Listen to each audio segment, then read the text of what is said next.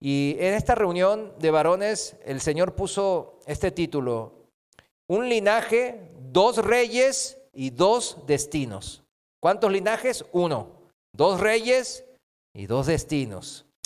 Fíjese que la Biblia hace mención muchas veces de un linaje en especial. Un linaje muy especial. Ese linaje es el linaje de David.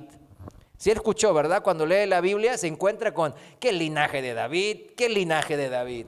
Ese linaje es muy importante porque se refiere a un pacto, a una promesa hecha por Dios en el cual nosotros encontramos la salvación misma.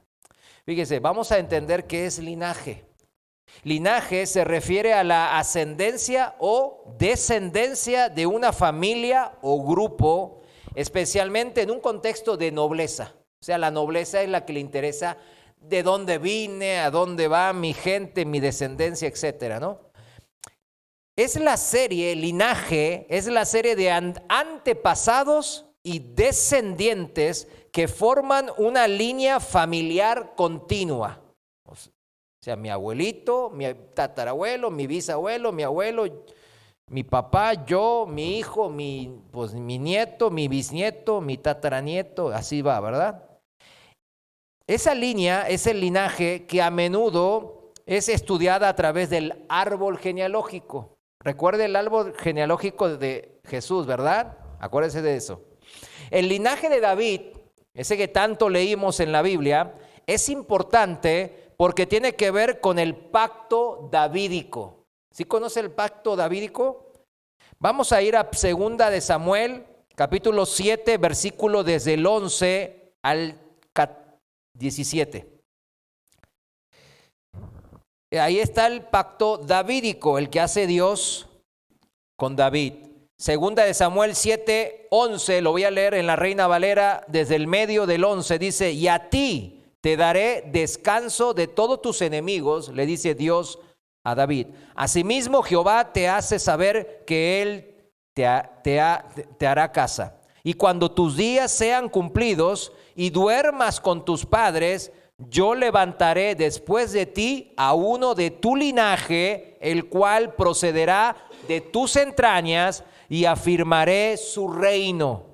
Él edificará casa a mi nombre, y yo afirmaré para siempre el trono de su reino. Yo le seré a él padre, y él me será mi hijo.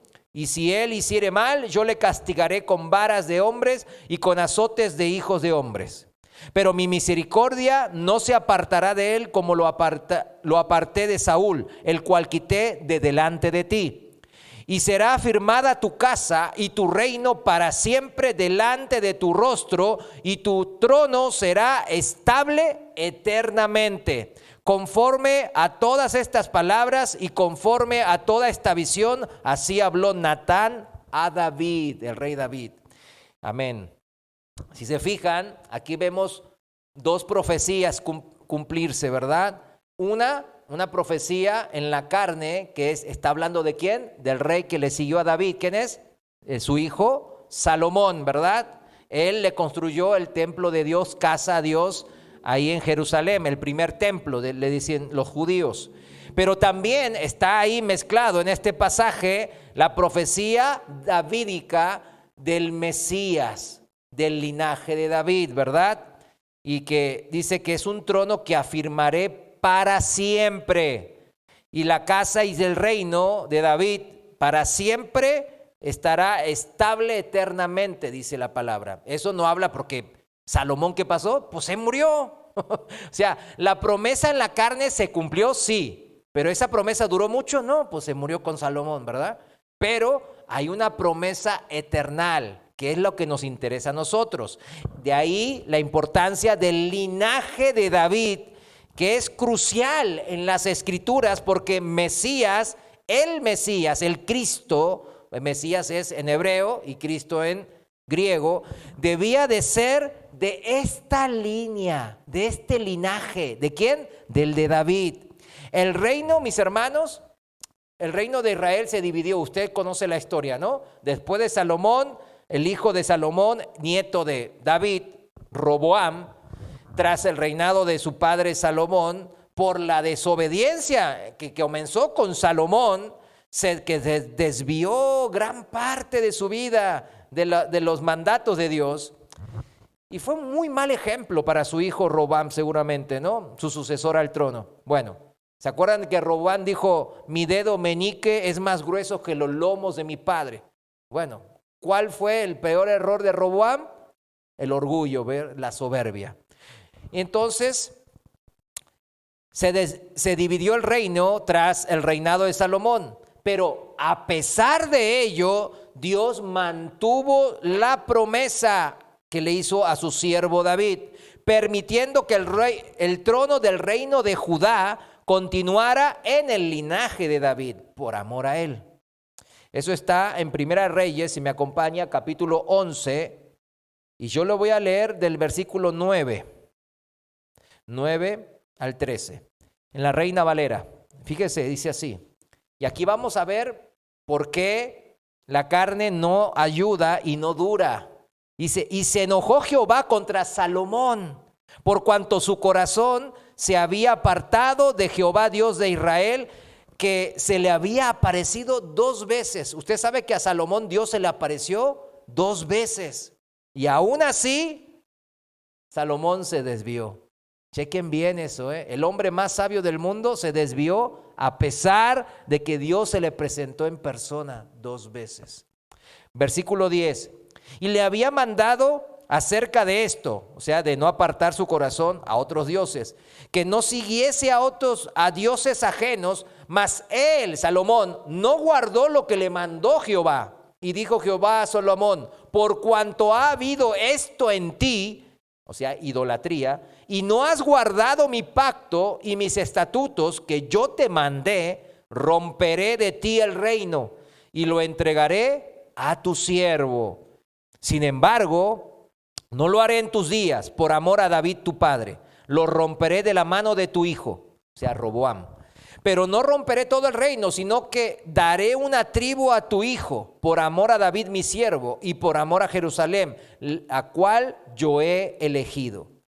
Fíjese, sin embargo, entonces, la desobediencia, sí, otra vez la desobediencia. Escuche bien, la desobediencia de los descendientes de David, pues llegó al colmo. A pesar de que Dios siguió manifestando misericordia, otra vez llegó al colmo la desobediencia. La desobediencia, mis hermanos, si uno la deja sin tratar, no desaparece. Al contrario, se empieza a hacer fuerte.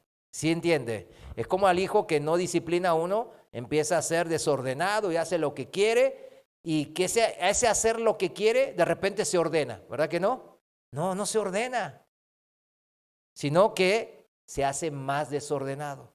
Es como los científicos ahora que dicen que todo salió de la nada y que de la explosión, una explosión es algo caótico, ¿verdad que sí? Algo caótico. Del caos, que significa desorden, salió el orden que vemos en el universo actual. O sea, un imposible. Y eso lo saben todos los científicos. Eso es obvio. O sea, del desorden jamás va a salir orden. Eso es lo que significa esto. O sea, la desobediencia sin tratar va a quedar en más y más desobediencia. Y llegó en el linaje de David a tal grado la desobediencia y la rebeldía de los reyes, sucesores de David y Salomón, que derramó la gota, que llegó a la gota que derramó el vaso, ¿verdad? En lo que sería el último, o algunos dicen penúltimo, depende del teólogo, rey de Judá, que era Joaquín. Joaquín, o le dicen Jeconías en otras versiones, hijo de Joacim, nieto de Josías. Josías, el gran rey bueno, ¿no? El que reinó desde los 8 años. Yo le voy a decir que para mí sí es el penúltimo, ¿no? O sea, antes del último, porque su sucesor fue su tío Matanías, que fue el rey de Judá que reinó 11 años.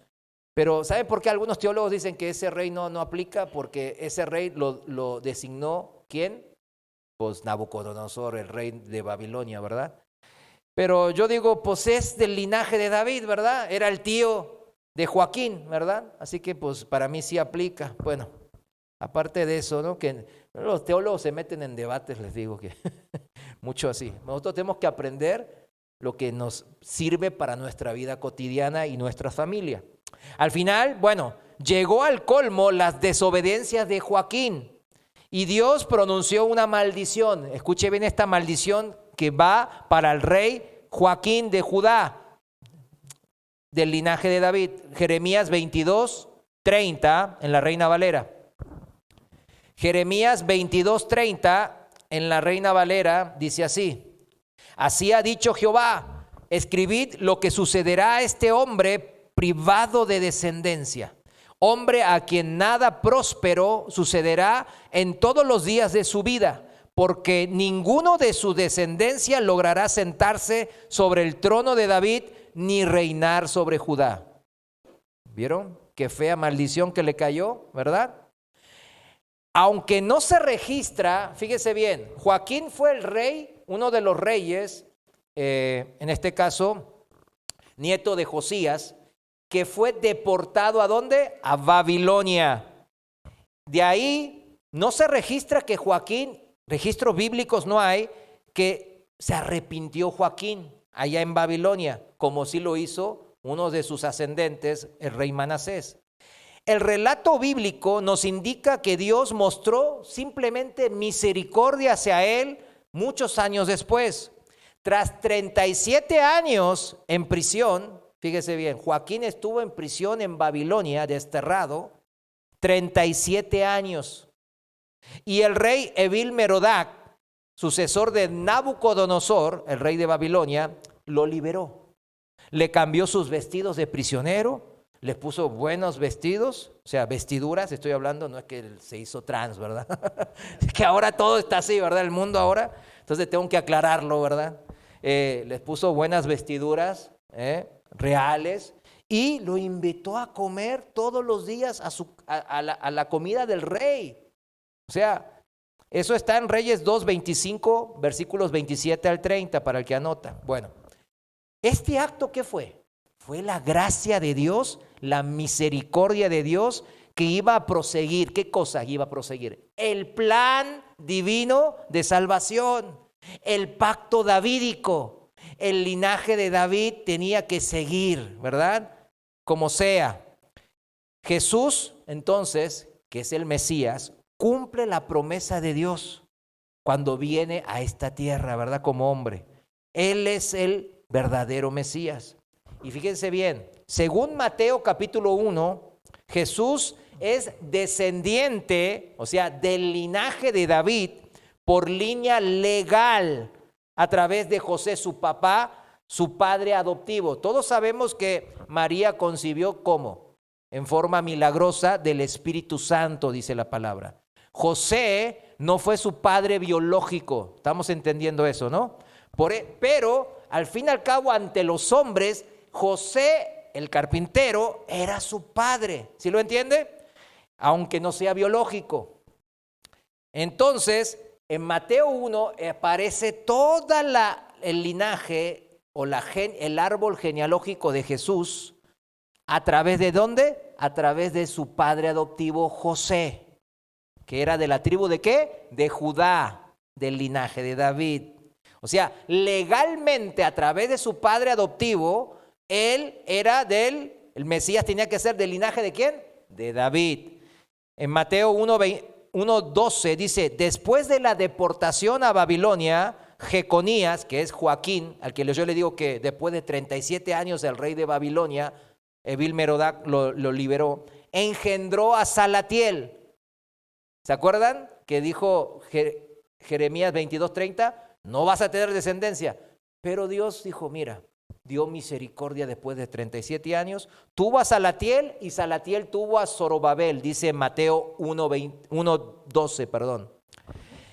Eso por Mateo 1 es entonces el árbol genealógico, el linaje de David por medio de su padre adoptivo José, ¿verdad? Entonces él es el Mesías legalmente. Ahora, según Lucas capítulo 3, Ahí aparece de vuelta el árbol genealógico de Jesús. Y los que leen y son susceptibles y son detallistas, vieron que ese árbol genealógico no cuadra, ¿verdad?, con el de Mateo 1. Entonces dicen, dicen algunos, ahí está, la Biblia tiene errores. No. Ahí traza el linaje de Jesús por medio de su madre, que es biológica porque María lo tuvo, ¿ok? Nacimiento virginal. Habla de la descendencia de David a través de su hijo Natán, hijo de David, que no estaba afectado por la maldición que acabamos de leer en Jeremías 22:30 de Joaquín, ¿verdad? El rey que estaba en Babilonia, ¿no? Deportado. Esa maldición no aplicaba. ¿Por qué? Esa era a través del hijo de otro hijo de David, que era Natán. Natán fue hermano mayor de Salomón, de la misma madre Betsabé, ¿ok? Para que vayan. Entonces, así Jesús, el Mesías, con toda la de la ley, hereda el derecho real y mesiánico a través de sus dos líneas: legal por José, su padre adoptivo, y biológico por María. ¿Sí lo entienden? Los dos eran de la tribu de Judá. Así de importante es entonces el linaje de David, mis hermanos. Pero hay más, aparte de este linaje de David. En el último capítulo de la Biblia, Apocalipsis capítulo 22, si vamos al versículo 16 en la Reina Valera, Apocalipsis 22, 16 dice así: yo, Jesús, he enviado mi ángel para daros testimonio de estas cosas en las iglesias. O sea, la palabra de Dios, ¿verdad? En general, el libro de Apocalipsis en particular. Yo soy la raíz. Miren cómo dice Jesús, cómo se presenta, ¿eh? Yo soy la raíz y el linaje de David, la estrella resplandeciente de la mañana. O sea, ¿qué está diciendo el Señor? Yo soy tanto la fuente, el origen de David, como el heredero de su trono. Ya lo entiende, ¿no? O sea, parece una contradicción. De hecho, Jesús, cuando enfrentaba a los fariseos y escribas de su época, les decía: ¿cómo yo le digo Señor a David? Si David mismo en el Salmo dijo: pondré a tus enemigos bajo tu estrado de tus pies. O sea, David le dijo Señor, ¿a quién? Al Mesías, dice Jesús. Y esto lo explica Apocalipsis 22, 16.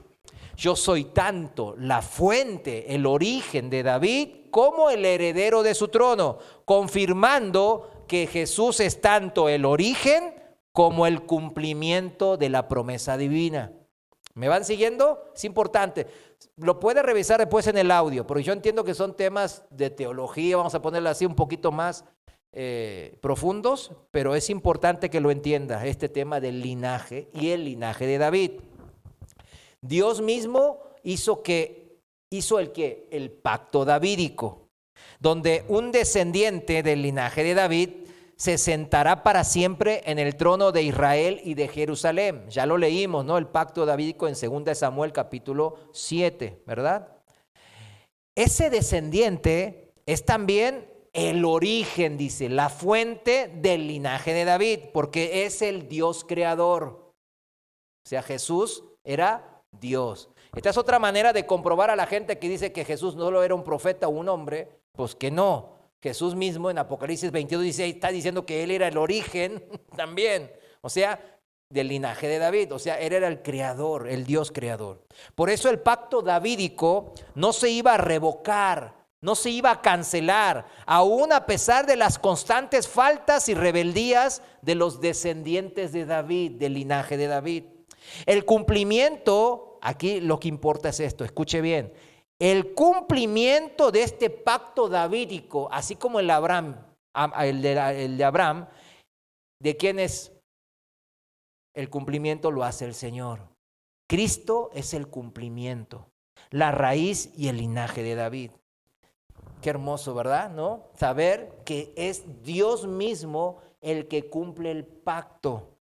Pero vimos que los reyes descendientes de David no fueron cumplidores del pacto, ¿verdad? Se portaron mal, se inclinaron a otros dioses. Desde el mismo Salomón, luego ya empezó a adorar a otros dioses. Bueno, debían ellos de permanecer en el pacto, pero fueron desobedientes, fueron idólatras. Sin embargo, aunque el pacto no se anula por la desobediencia que acabamos de mencionar, la infidelidad, escuche bien, la infidelidad de los reyes descendientes de David sí trae consecuencias. Sí, siempre. El castigo es temporal, digamos. Si un rey se aparta del camino de Dios, será corregido y castigado como un padre corrige a su hijo. Segunda de Samuel 7:14, donde estaba el pacto davídico, ahí lo dice bien claro. En el pacto está incluido esa corrección, esa disciplina. Si permanece en la rebeldía, en la necedad, sufriría en todo el sentido de la palabra, en su vida, en su familia y en su reinado. ¿Qué sufriría? Ataques de las naciones extranjeras. Y vemos ahí, si usted va a los Primera de Reyes, Segunda de Reyes, Primera de Crónicas, Segunda de Crónicas, que los arameos, que los egipcios, que los asirios, que los babilonios, todo el tiempo estaban atacando, ¿verdad? ¿Por qué? No se crea, porque Dios no tenía poder para proteger. No. Si usted ve, antes de entrar a la tierra prometida, Dios les dijo bien claro, yo te voy a hacer nación grande, vas a brillar, vas a engrandecerte. Pero ¿por qué no fueron nación grande? Porque se mezclaron, ¿con quiénes? Con los cananitas. Y ay, no, pues entonces Dios está discriminando a la gente. No, lo que Dios no quería es que adoptaran la cultura de los cananitas, que tenían ídolos hechos por manos de hombres, que sacrificaban a sus hijos en el altar, los quemaban vivos, y tenían prácticas sexuales en el templo en donde adoraban estos dioses. O sea, eran promiscuos y pervertidos. Eso es lo que Dios no quería. Entonces, cuando uno desobedece, dijimos el primer castigo que habla siempre el Señor son los ataques de las naciones extranjeras. Segundo, las convulsiones internas. Hay levantamientos, hay peleas internas. Los siervos se levantan, ¿verdad? En su propio pueblo salen gente que se van. Por ejemplo, Roboam, el nieto de David. ¿Se le reveló quién? Jeroboam, que era un siervo del pueblo de Israel, y se le reveló y formó Israel del norte, que después se llama Samaria. Otra consecuencia del pecado y la desobediencia a no cumplir el pacto de los reyes fue las enfermedades físicas del cuerpo. Usías o Azarías, depende de la versión, el rey Usías le dio lepra por su orgullo, por ejemplo. Otra de las consecuencias, la cuarta, es la muerte prematura. Murieron antes de tiempo por su desobediencia. Por ejemplo, fíjese, y esto es lo bueno de que la Biblia, sabemos que es verdad porque siempre muestra tanto lo bueno, pero también muestra lo malo de los personajes bíblicos, ¿sí o no? Josías fue uno de los mejores reyes de Judá, pero él murió en batalla antes de tiempo, cuando enfrentó en batalla al rey egipcio Necao, al cual Dios le había hablado a Necao, al rey egipcio, para que vaya a pelear con otro pueblo, pero tenía que pasar por Israel.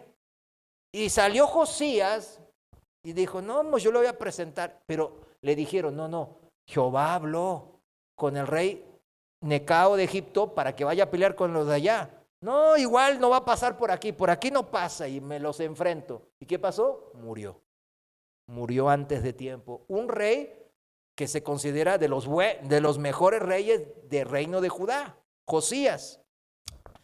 La verdad, miren, yo no puedo afirmar qué reyes del linaje de David vamos a encontrar cuando vayamos al cielo, ¿verdad? No, ahí está Josías, no, pues sí, ese sí seguro.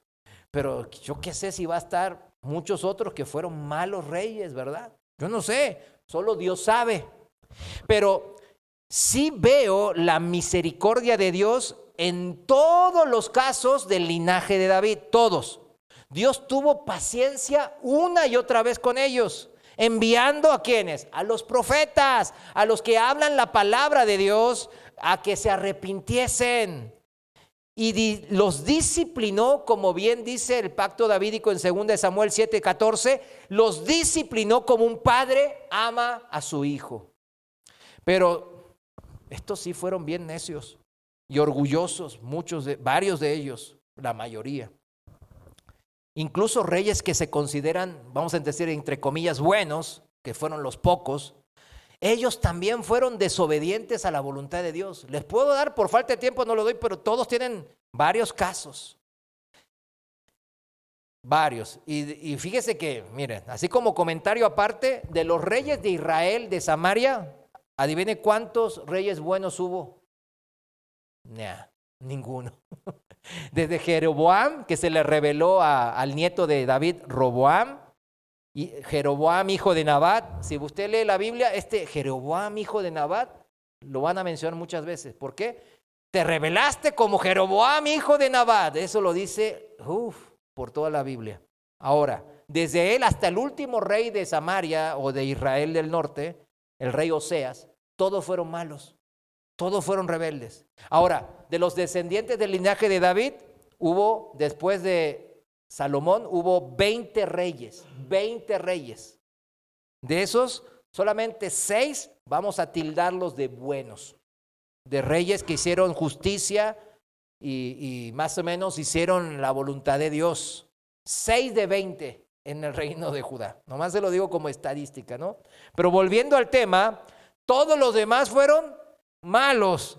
¿Qué significa malos? Rebeldes de principio a fin. No obedecían a Dios y se iban en pos de otros dioses, dioses falsos, como el dinero, claro. Sabemos cómo terminaron ellos sus días, como recién dijimos, en la disciplina de Dios. Sus reinados hicieron daño al pueblo de Dios y muchos se perdieron para siempre por culpa de su propia maldad. Escuche bien esto. Eso sí lo sabemos. Lo que no sabemos es si tuvieron chance de arrepentirse en sus últimos segundos. Pero sí sabemos cómo Dios obra y cómo Dios sabe cuáles son sus hijos. Fíjese, todo esto que tuvimos que presentar, todo esto es una analogía ¿de qué? De nuestra vida cristiana, mis hermanos. El pacto de Dios, ¿quién lo cumple en nuestra vida cristiana? ¿Quién cumple el pacto de salvación, la vida eterna? Dios lo cumple, ¿verdad? La obra, ¿quién la hizo? Cristo en la cruz. Él hizo toda la obra de salvación. Él vino como hombre para poder morir por nosotros. Él cumplió todas las escrituras en el Antiguo Testamento. Y Él dijo y dio una esperanza. Voy a regresar. Falta cumplir esa promesa, ¿verdad? Pero si Él cumplió todas las 500 anteriores, pues es obvio que esa promesa también la va a cumplir, ¿sí o no? ¿Cuál es la probabilidad que la cumpla? Muy grande. O sea, casi es una certeza si todo lo anterior lo cumplió. Bueno, el pacto de Dios de salvación, como vimos, Jesucristo es la raíz, el origen y el linaje, el cumplimiento de la promesa de salvación. No iba a ser por nuestros propios méritos, por ponerme un par de nopales y no, y andar de rodillas a Talpa. No iba a ser de esa manera, jamás. Sino que Dios, a pesar de nuestras rebeldías, iba a llevar a cabo de manera precisa y oportuna en el tiempo de Dios todo su plan perfecto de salvación para nuestras vidas. Ahora sí, la carrera cristiana, una vez salvo, una vez que yo me arrepentí y creí en el Hijo de Dios, ahora la carrera cristiana es el discipulado y esa también es a través del poder de Dios. Mientras más yo estoy corriendo esa carrera, más yo sé que es a través de ¿qué? Del poder de Dios. Siempre. La fe es la que nos mantiene ¿qué? Prendidos de este plan divino de salvación, de este linaje precioso. Y eso nos hace del linaje de David como reyes y sacerdotes de Dios, mis hermanos. No es cualquier cosa ser cristianos. es un puesto que no nos lo ganamos por mérito propio, como dijimos, que el Señor nos los ganó para nosotros, pero no es para menospreciarlo o dejarlo tirado o encerrado o en lo más oscuro de donde yo no quiero ni saber dónde está. No, es para ser usado, mis hermanos, para la salvación de almas. Fíjese cómo dice Apocalipsis capítulo 1, versículos 5 y 6, en la Reina Valera. Apocalipsis 1, 5, Reina Valera dice: y de Jesucristo, el testigo fiel, el primogénito de los muertos, porque es el primero que resucitó de los muertos, y el soberano de los reyes de la tierra, al que nos amó y nos lavó de nuestros pecados con su sangre, y nos hizo reyes y sacerdotes para Dios, su Padre. A Él sea gloria e imperio por los siglos de los siglos. Amén. ¿Cuántos dicen amén? Amén. Pero si seguimos, volvemos al caso de los reyes. Si seguimos en desobediencia y en rebeldía, como aquellos reyes de Judá, rebeldes e idólatras, sufriremos las mismas disciplina del Señor. Segunda de Samuel 7:14, el pacto davídico, ese que se le quede grabado. Ese pacto que el Señor le dice a los del linaje de David: pero si te portas mal, te voy a disciplinar y te va a doler. Bueno, eso aplica a nosotros, a los cristianos también. Hebreos capítulo 12, versículo 5, la justificación. Hebreos 12, 5, lo voy a leer en la traducción viviente. Fíjese cómo dice también: ¿acaso olvidaron las palabras de aliento con que Dios les habló a ustedes como a hijos? Él dijo: hijo mío, no tomes a la ligera la disciplina del Señor y no te des por vencido cuando te corrige. Pues el Señor disciplina a los que ama y castiga a todo el que recibe como hijo. Al soportar esta disciplina divina, recuerden que Dios los trata como a sus propios hijos. ¿Acaso alguien oyó hablar de un hijo que nunca fue disciplinado por su padre? Bueno, yo sí, ahora sí, porque ahora los padres no disciplinan en nada a sus hijos. Por eso andan así como andan, ¿verdad? Pero generalmente siempre fue disciplina, ¿verdad? Los padres estamos para disciplinar, no en odio, no en exabrupto, en ser iracundos, sino en amor, como hace Dios. Bueno, versículo 8. Si Dios no los disciplina a ustedes como lo hace con todos sus hijos, quiere decir que ustedes no son verdaderamente sus hijos, sino que son ilegítimos. En la Reina Valera aplica un término más fuerte, que es bastardos, ¿verdad? Que es ser un hijo que no es hijo, ¿verdad? Bueno, esta cita en Hebreos, en el Nuevo Testamento, es una cita del Antiguo Testamento de Proverbios capítulo 3, versículo 11 y 12, para el que anota. Pero fíjese, es una advertencia, un consejo de Dios que nos dice: si permaneces como esos reyes rebeldes, en tu rebeldía, en tu idolatría, en tu soberbia, en tu desobediencia, pues va a ser igual que con ellos. Voy a aplicar la misma vara de disciplina de amor. Yo no hago acepción de personas, dice el Señor. Él no discrimina nos ama a todos por igual.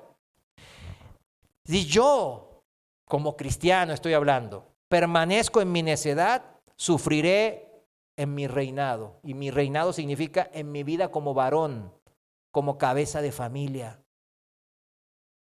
¿Qué sufrían los reyes? Dijimos 4 cosas: ataques de naciones extranjeras, ¿verdad? Como los babilonios y los asirios. Bueno, ¿qué sufrimos nosotros cuando estamos necios y no hacemos caso al mandato de Dios?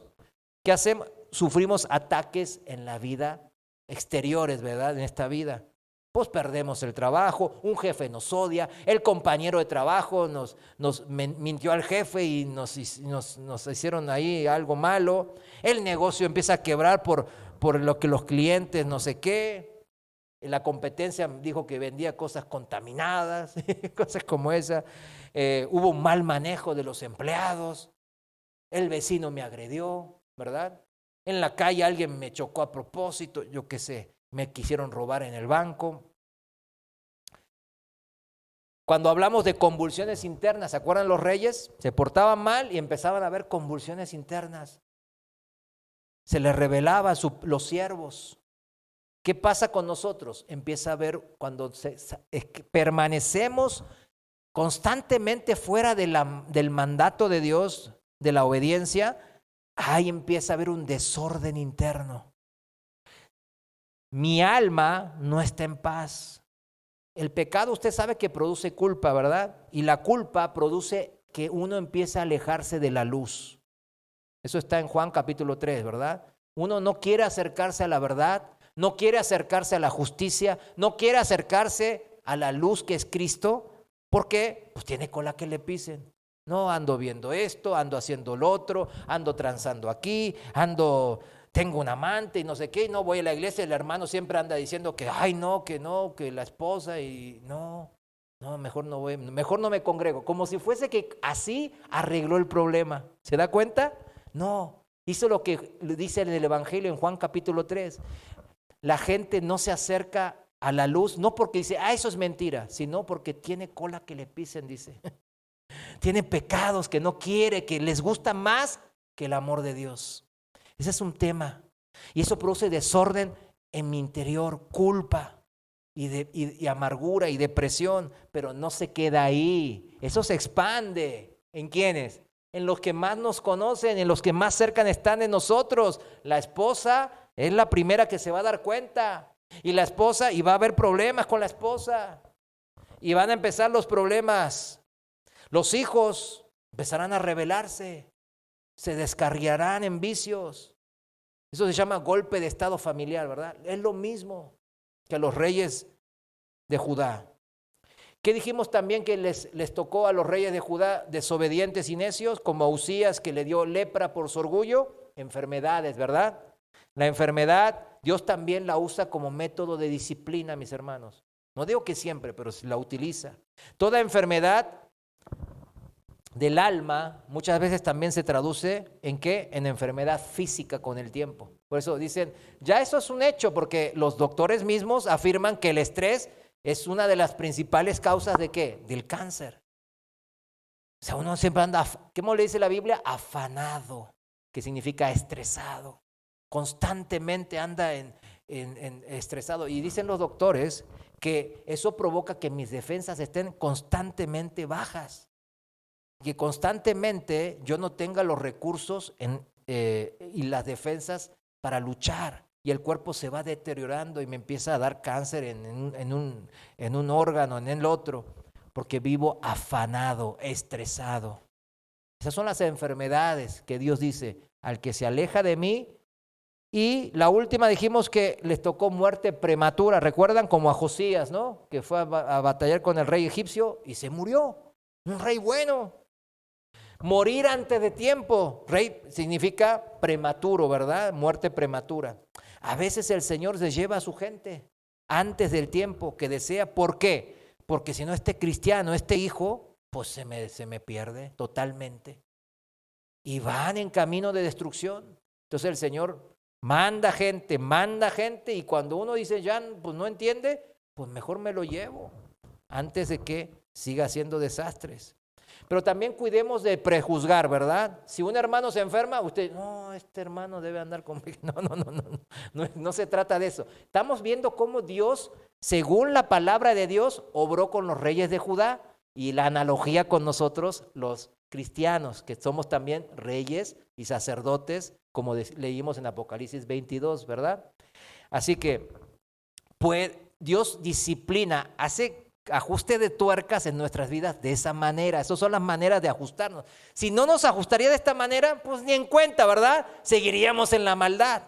Pero cuando nos enfermamos, el negocio va mal, ¿verdad? Mis hijos se empiezan a rebelar. Ay, no, espérame, ¿no? Entonces buscamos más de Dios. Es algo natural, ¿verdad? Empezamos a buscar más de Dios.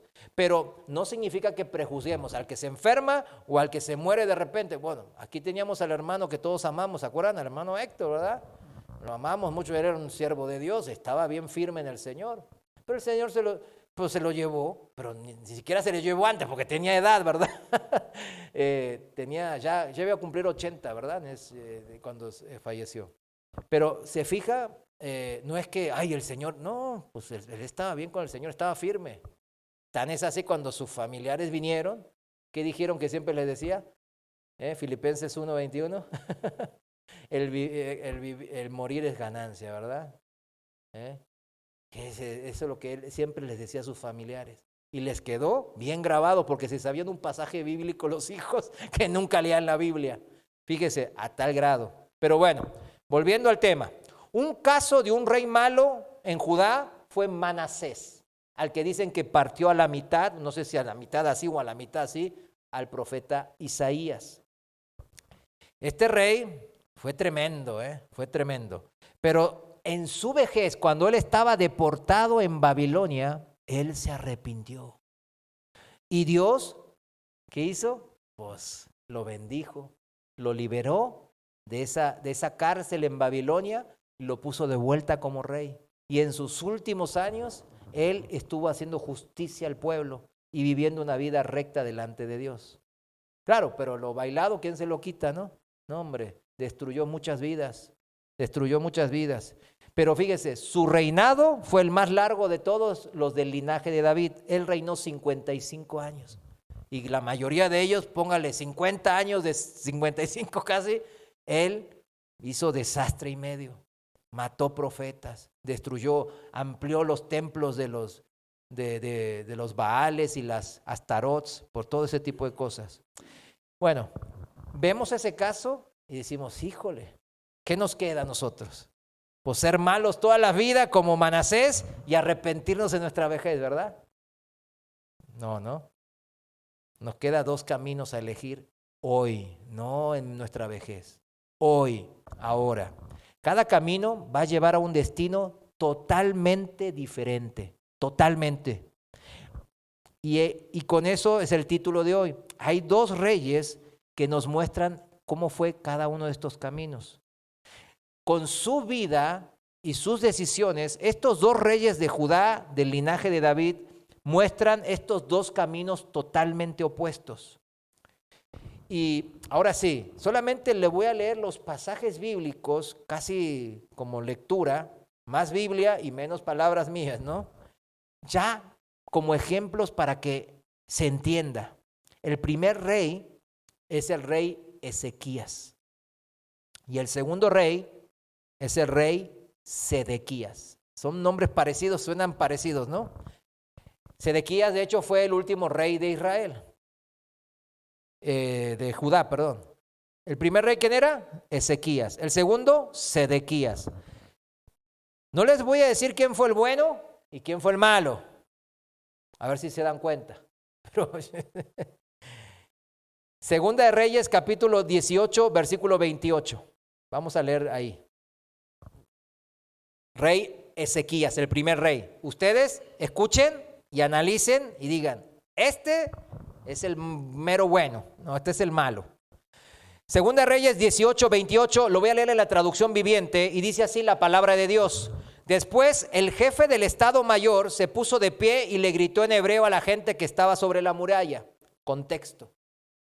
El imperio asirio, cuando andaba en todo su apogeo, el rey Sennacherib vino a destruir lo último que le quedaba ahí en el medio de todo su imperio vasto, que era el reino de Judá. Ya se había conquistado a Israel, a Samaria, y destruido todo. Ya había conquistado a todos alrededor. Quedaba un pequeño reino llamado Reino de Judá, y lo rodeó. Y ahí están diciendo, ahora el jefe del Estado Mayor del rey asirio le estaba gritando en hebreo a la gente en la muralla, los que estaban protegiendo a Judá. Escuchen este mensaje del gran rey de Asiria. El rey dice lo siguiente: no dejen que Ezequías los engañe. Él jamás podrá liberarlos de mi poder. No permitan que los haga confiar en el Señor, diciéndoles, con toda seguridad el Señor nos librará. Esta ciudad nunca caerá en manos del rey asirio. Después bajamos al 32, a la mitad, versículo 32 a la mitad dice, no escuchen a Ezequías cuando trate de engañarlos al decir, el Señor nos librará. ¿Acaso los dioses de cualquier otra nación alguna vez han salvado a su pueblo del rey de Asiria? ¿Qué le sucedió a los dioses de Amad, de Arfat? ¿Y qué fue? ¿Y qué me dicen de los dioses de Sefarbaim, Jena e Iva? ¿Algún dios libró a Samaria de mi poder? Por Israel del norte cayó también. Versículo 35. ¿Cuál de los dioses de alguna nación ha podido salvar alguna vez a su pueblo de mi poder? Miren, así se jactaba, ¿no? El rey de Asiria. ¿Qué les hace pensar entonces que el Señor, o sea, Dios, el Dios de Israel, puede librar a Jerusalén de mis manos? Miren qué soberbia del rey de Asiria, ¿verdad? Bueno, bajamos un poco más, vamos al siguiente capítulo, capítulo 19, versículos 1 al 7. Escuche bien, para discernir si era el rey bueno o malo. Ahora viene, cuando el rey Ezequías oyó el informe de lo que estaba pasando en las murallas, ¿no? Que se jactaba el rey asirio, rasgó su ropa, se vistió de tela áspera y entró, ¿a dónde? Al templo del Señor. Enseguida envió a Eliakim, administrador del palacio, a Semna, secretario de la corte, y a los principales sacerdotes, todos vestidos de tela áspera, a hablar con el profeta Isaías, hijo de Amós. Ellos le dijeron, el rey Ezequías dice, hoy es un día de dificultad, insulto y deshonra. Es como cuando un niño está a punto de nacer, pero la madre no tiene fuerzas para dar a luz. Tal vez el Señor, tu Dios, haya oído al jefe del Estado Mayor asirio, que fue enviado por el rey para desafiar al Dios viviente, y lo castigue por tus palabras. Te rogamos que ores por los que hemos quedado, le pidieron al profeta Isaías. Versículo 5. Una vez que los funcionarios del rey Ezequías le dieron a Isaías el mensaje del rey, el profeta respondió, díganle a su amo, esto dice el Señor, no te alteres por este discurso blasfemo que han pronunciado contra mí los mensajeros del rey de Asiria. Escucha, yo mismo actuaré en su contra y el rey recibirá un mensaje de que lo necesitan en su país, o sea, el rey de Asiria. Así que volverá a su tierra donde haré que lo maten a filo de espada. Tremendo, ¿no? ¿Cómo es el Señor? Y fíjense, el rey asirio Sennacherib siguió con sus amenazas en la muralla. Ahí estaba en la muralla listo para atacar. Versículo 14, ahí en el Segunda de Reyes 19, 14, voy a leer 14 al 19 ahora, seguimos en la traducción viviente. Versículos 14 al 19 dice, después de recibir la carta de mano de los mensajeros y de leerla, Ezequías subió al templo del Señor y desplegó la carta ante el Señor. O sea, él desplegó en el templo del Señor la carta que le mandó el rey asirio, y de que, tipo así, te voy a descuartizar. Bueno, ¿qué hizo él? Subió al templo. ¿Subió ante quién? Ante la presencia de Dios. ¿Y ante quién desplegó las cartas de amenazas del rey asirio? Díganlo, ante el Señor, ¿verdad? ¿Ante quién debemos de llevar todos nuestros problemas y dificultades? ¿Ante quién? Ante el Señor, ¿verdad? Y ahora viene lo importante, mis hermanos, la oración de Ezequías. Versículo 15. En presencia del Señor, el rey hizo la siguiente oración. Oh Señor, Dios de Israel, tú estás entronizado entre los poderosos querubines. Solo tú eres el Dios de todos los reinos de la tierra. Solo tú creaste los cielos y la tierra. Inclínate, oh Señor, y escucha. Abre tus ojos, oh Señor, y mira. Escucha las palabras desafiantes de Sennacherib contra el Dios viviente. Es cierto, Señor, que los reyes de Asiria han destruido a todas esas naciones, han arrojado al fuego a los dioses de esas naciones y los han quemado. Por supuesto que los asirios pudieron destruirlos, pues no eran dioses en absoluto. Eran solo ídolos de madera y de piedra, formados por manos humanas. Ahora, oh Señor nuestro Dios, rescátanos de su poder. Así todos los reinos de la tierra sabrán que solo tú, oh Señor, eres Dios. Amén, ¿verdad? ¿Cuántos quieren hacer este tipo de oraciones cuando están en dificultad? Este es el tipo de oraciones que Dios se agrada. Dios no está, me vino mi hijo, ay, qué gorrón, va a pedirme otra vez, quiere más lana.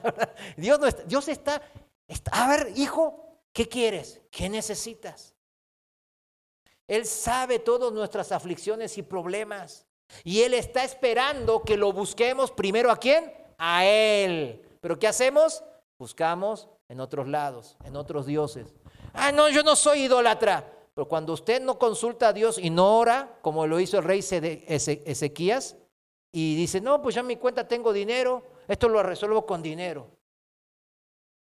O tengo un negocio, pues ya puedo. O tengo un seguro de vida o un seguro de gastos médicos mayores y ya con eso la libré. No. Eso es confiar en otros dioses.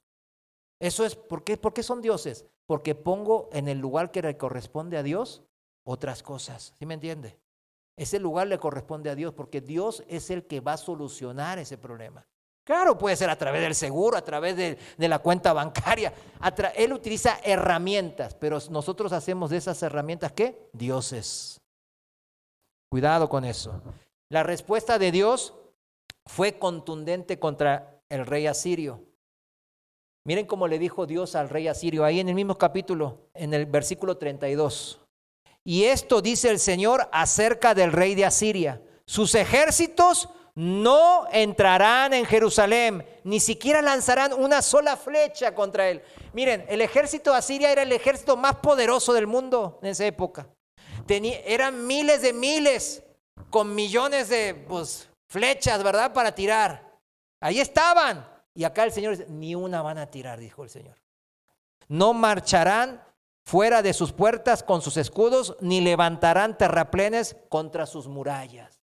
Ese es el Dios en que nosotros hemos confiado. Ahora, ¿qué pasó? Bueno, esa noche, en el versículo 35, el ángel del Señor, cuando dice ángel del Señor, muchas veces se refiere a Dios mismo. Otras veces a un ángel, como puede ser Miguel o Gabriel, pero aquí los teólogos están todos de acuerdo que habla de Jesús mismo. Del ángel del Señor es el Señor mismo.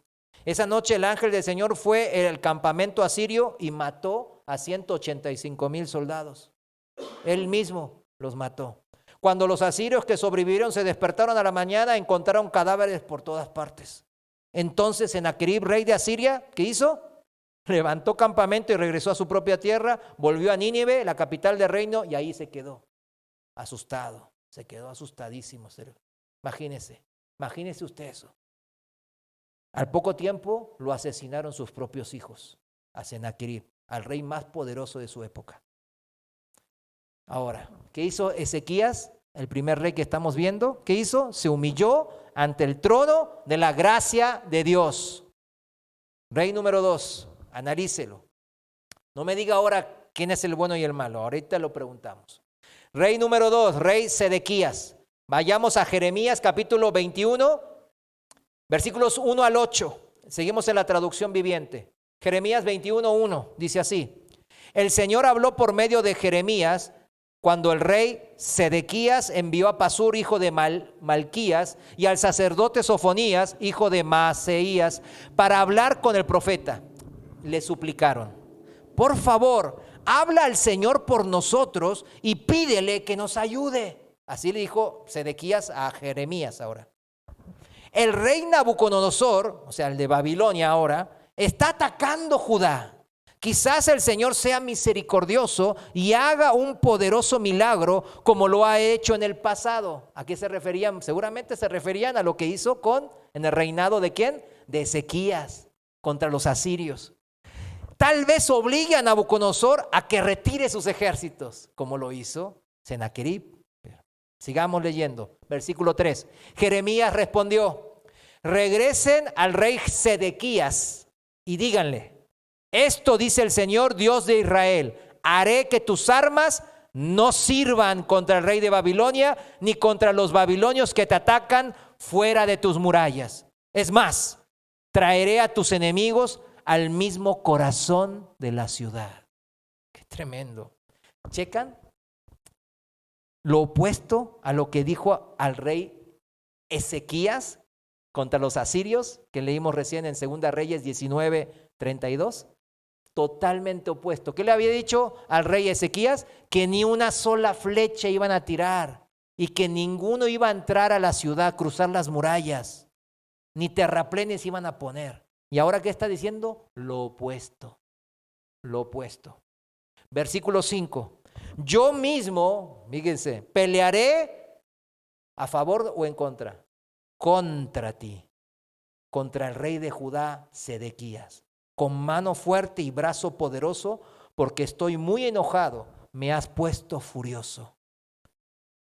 Otra vez, diametralmente opuesto al caso de Ezequías contra los asirios, ¿verdad que sí?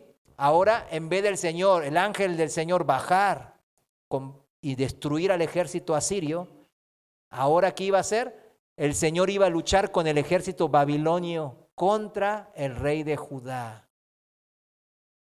Versículo 6.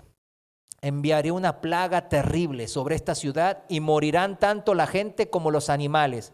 Después de todo eso, dice el Señor, entregaré al rey Sedequías, a sus funcionarios y a todo el que en la ciudad sobreviviera a la enfermedad, a la guerra y al hambre, en manos del rey Nabucodonosor de Babilonia y de sus otros enemigos.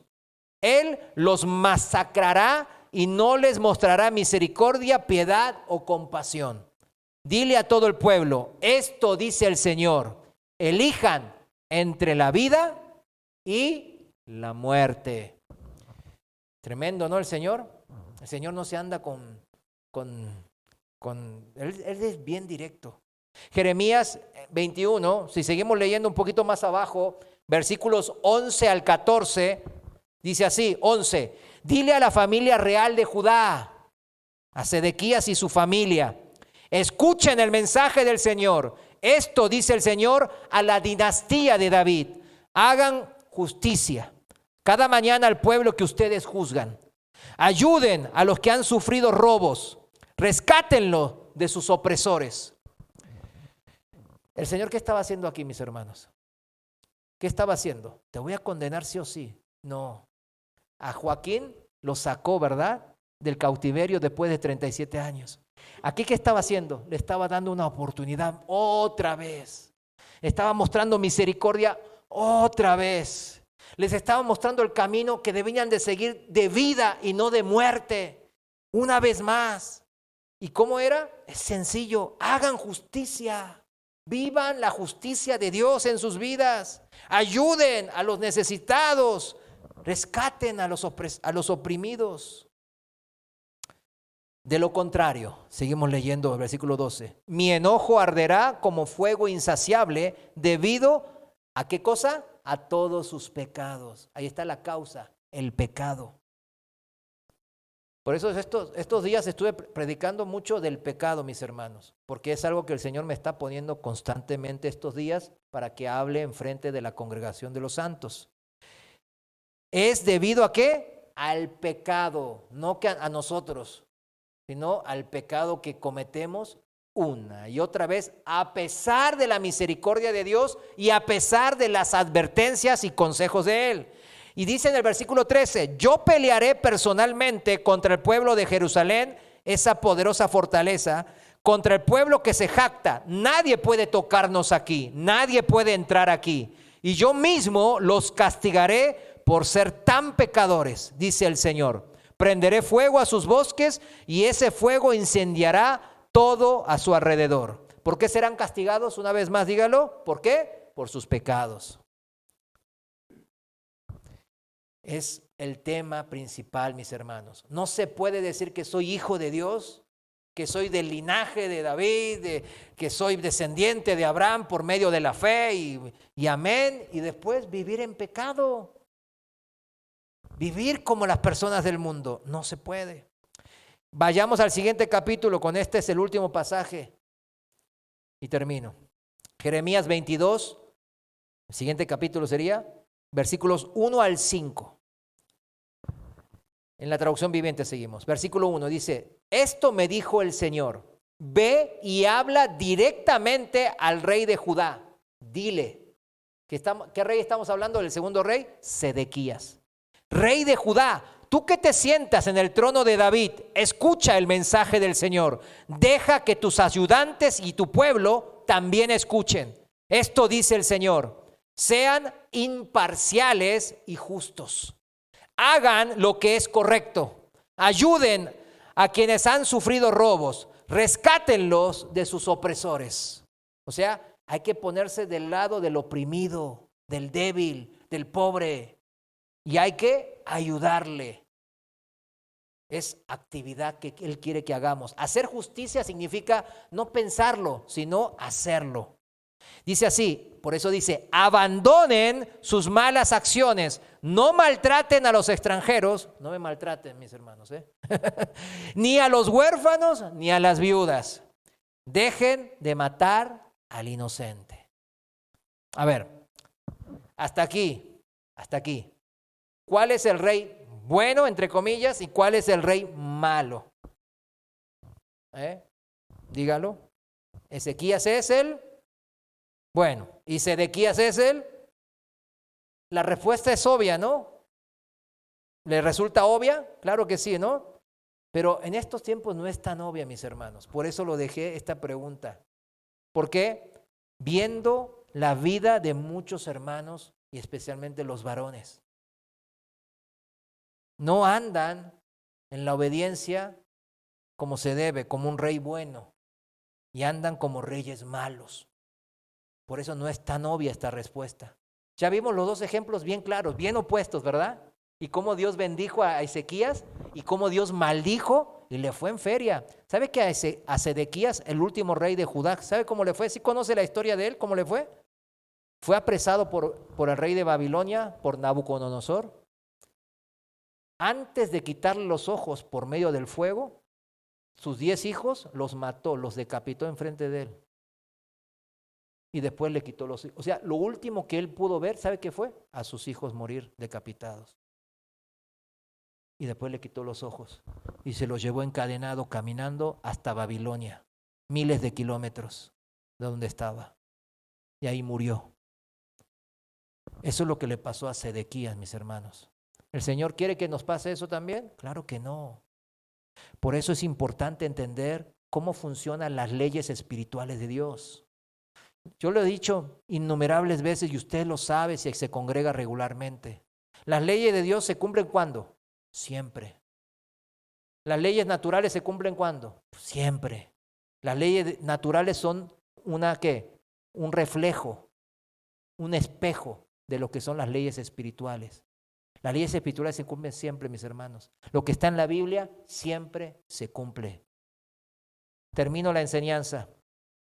Terminando de leer este pasaje, rey bueno, varón bueno, obediente a Dios, camino de bendición, ¿verdad?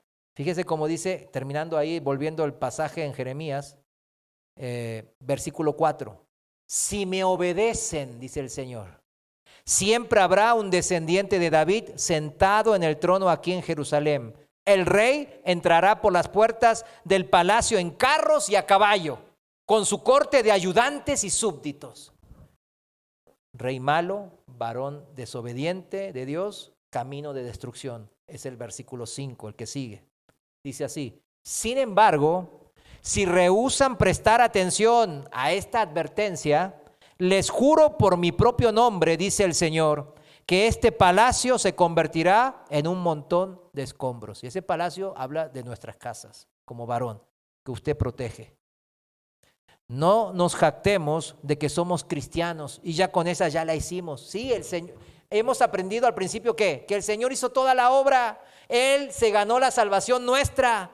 Nosotros no merecemos esa salvación y es por gracia de Dios, por medio de la fe. Creímos en la obra que Él hizo. Ahora, no nos tenemos que jactar como hicieron los judíos. Nosotros somos del linaje de Abraham.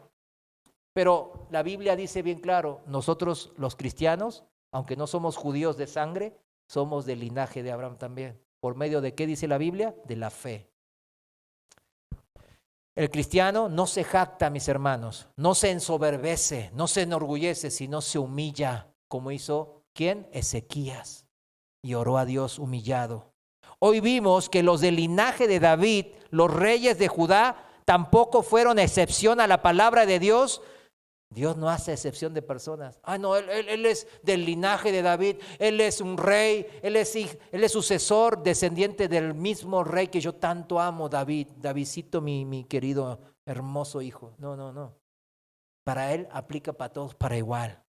Y escuche bien, esto es lo que aplica para todos para igual y está vigente, aunque esté en el Antiguo Testamento. Deuteronomio 11, 26 al 28. Y lo voy a leer en la traducción viviente, y si este es el último pasaje, pero escúchelo bien. Deuteronomio 11, 26 dice, escucha bien. Hoy, ¿cuándo? Hoy, no en mi vejez, cuando me dé chance a Dios algún día en el futuro. No, hoy te doy a elegir entre una bendición y una maldición. Recibirás bendición si obedeces los mandatos del Señor, tu Dios, que te entrego hoy. Pero recibirás maldición si rechazas los mandatos del Señor tu Dios y te apartas de Él y rindes cultos a dioses que no conocías, o sea, dioses falsos. Este pasaje sigue más que vigente a día de hoy. Por eso el Señor mismo nos advierte que elijamos el camino angosto que lleva la vida, pero pocos, dice la palabra, que son los que la hallan. ¿Por qué será pocos? No, es que Dios dice que la hizo angosta. No, angosta es porque nadie la quiere elegir. Nadie quiere obedecer a Dios y encima culpan a Dios. Ahora, si tienes fe, si eres cristiano, vas a encender tu lámpara del amor de Dios en tu corazón y vas a obedecer a Dios por ese mismo amor que está encendido en tu corazón, no por obligación, como un religioso haría, sino por amor. ¿Cuántos estamos dispuestos, varones? Amén. Póngase de pie, vamos a orar. Señor, te damos gracias, mi Dios, en esta noche que tú has llamado a varones que son sensibles a tu palabra, mi Dios. Aquí estamos por eso, mi Dios. Señor, sabemos que hay hermanos ahora de la congregación que están enfermos, que están en viajes, otros que no pudieron venir, pero sabemos que tú estás con ellos también, Padre. Señor, queremos que tú sigas obrando en la vida de cada una de estas almas, Señor. Que nos sigas fortaleciendo como varones cristianos, Señor. Varones arrojados para hacer tu verdad y hacer tu justicia. Y de esa manera, Señor, sabiendo que tu amor nos motiva, que tu amor nos infunde ese aliento que es necesario para poder realmente poder hacerlo. Esa justicia que tú nos demandas, Padre. Y que nuestras esposas, que nuestros hijos, que nuestros compañeros de trabajo, que nuestros jefes, que nuestros subordinados, Señor, que nuestros vecinos sepan que nosotros somos del linaje como de David. Reyes y sacerdotes, ganados por la sangre de Cristo. Gracias en el nombre del Señor Jesús. Amén. Muchas gracias, mis amados hermanos. ¿Me ayudan a poner ahora la mesa, por favor? Vamos a tener una rápida cena.